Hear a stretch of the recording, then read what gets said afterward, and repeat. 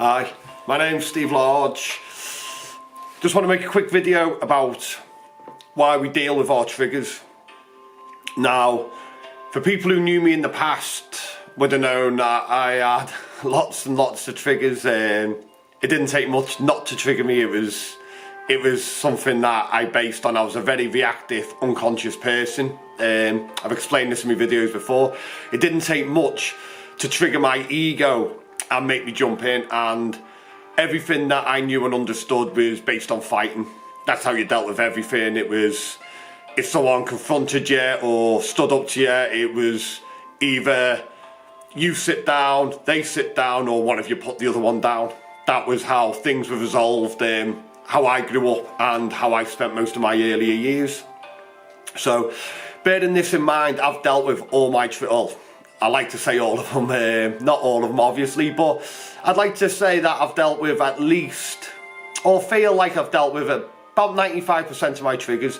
There's a couple of little things that still trigger me now with my son, but we're working on it. Just I love him too much. I need to be a bit more accepting that he just is the way he is, rather than how I sort of know he needs to be to get on in life. It's something I need to back off a little bit anyway. I'm just digressing a little bit. This isn't what I'm on about.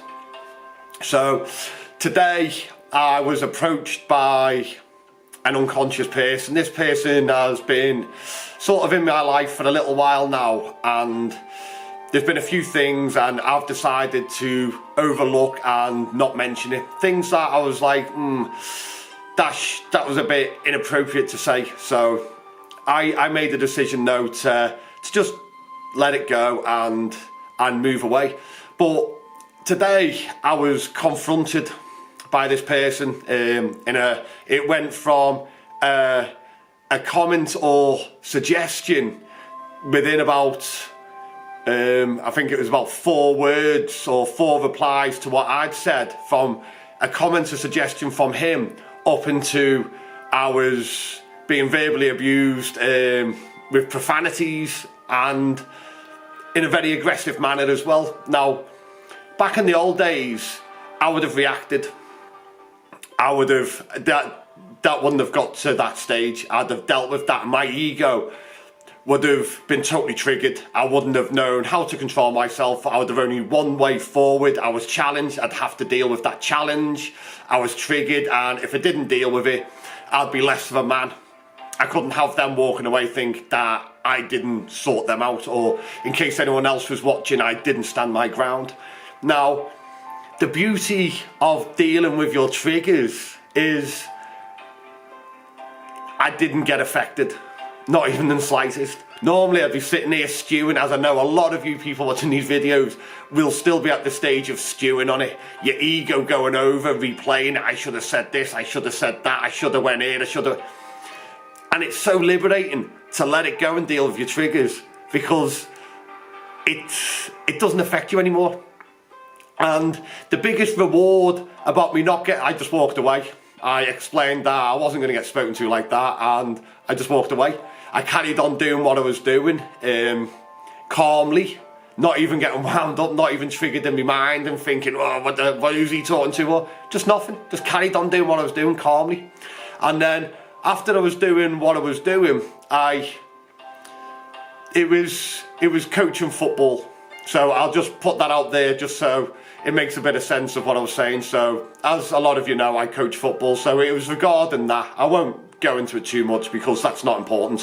What's important is the fact that we deal with our triggers. So after the game, I asked everyone who was sort of involved in this to come around and to ask everyone's opinion. I still remained calm.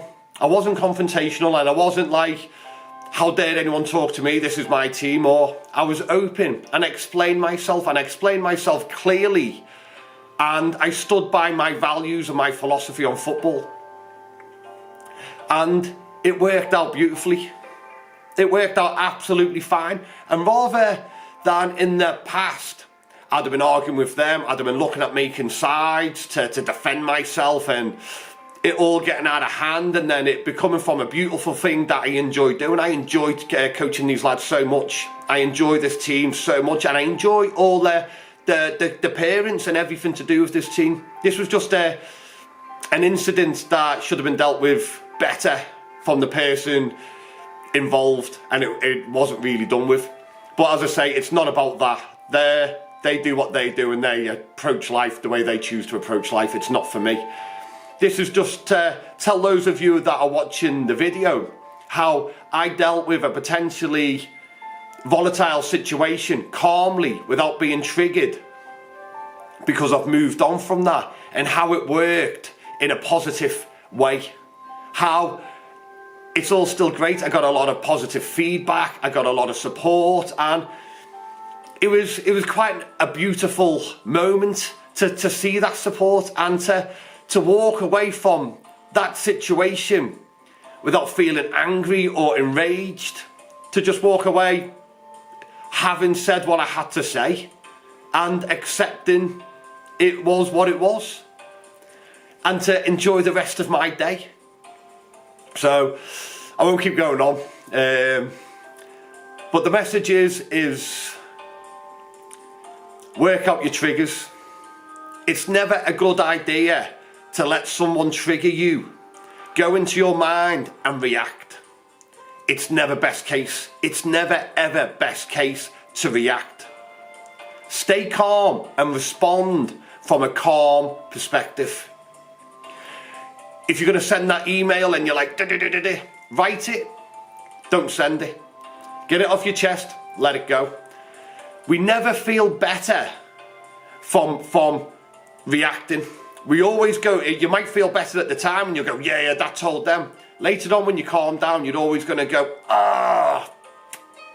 why didn't I just walk away? Why did I send it? Why didn't I just ignore it?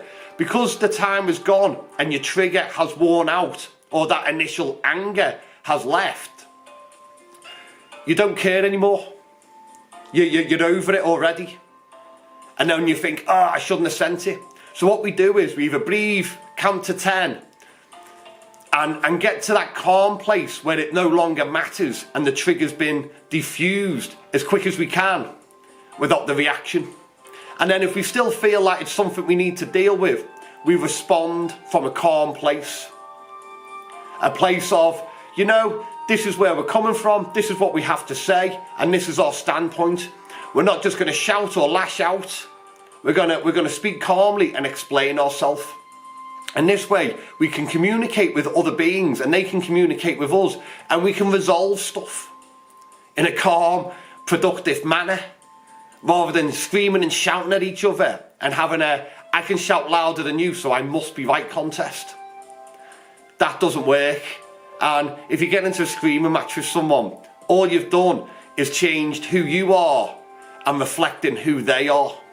Stay who you are and conduct yourself the way you are and the way you choose, regardless of how external people conduct themselves. We stay true.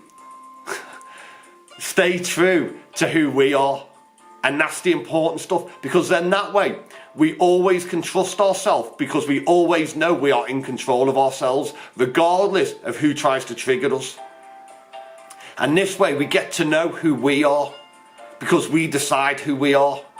And we're not a reflection of everyone we come into contact with, or we're not a reflection from past experiences that have become triggers built in us. We are calm, we are responsive, not reactive. And we are the kind, gentle, loving beings we are that shine and help others, because that's why we are here and that's who we are. Okay, that's enough. I just wanted to share that experience with you, because I was impressed with how far I've come, and it was so liberating for me to not be triggered and to not even be bothered, and to still be able to resolve it. Feeling strong and confident that I did, and still smiling. And that's what I want to share with you, to help you get past your triggers and just stay calm and peaceful. Love and light. Have a fantastic day, morning, noon, evening, whatever you're doing it. Stay blessed. Thank you.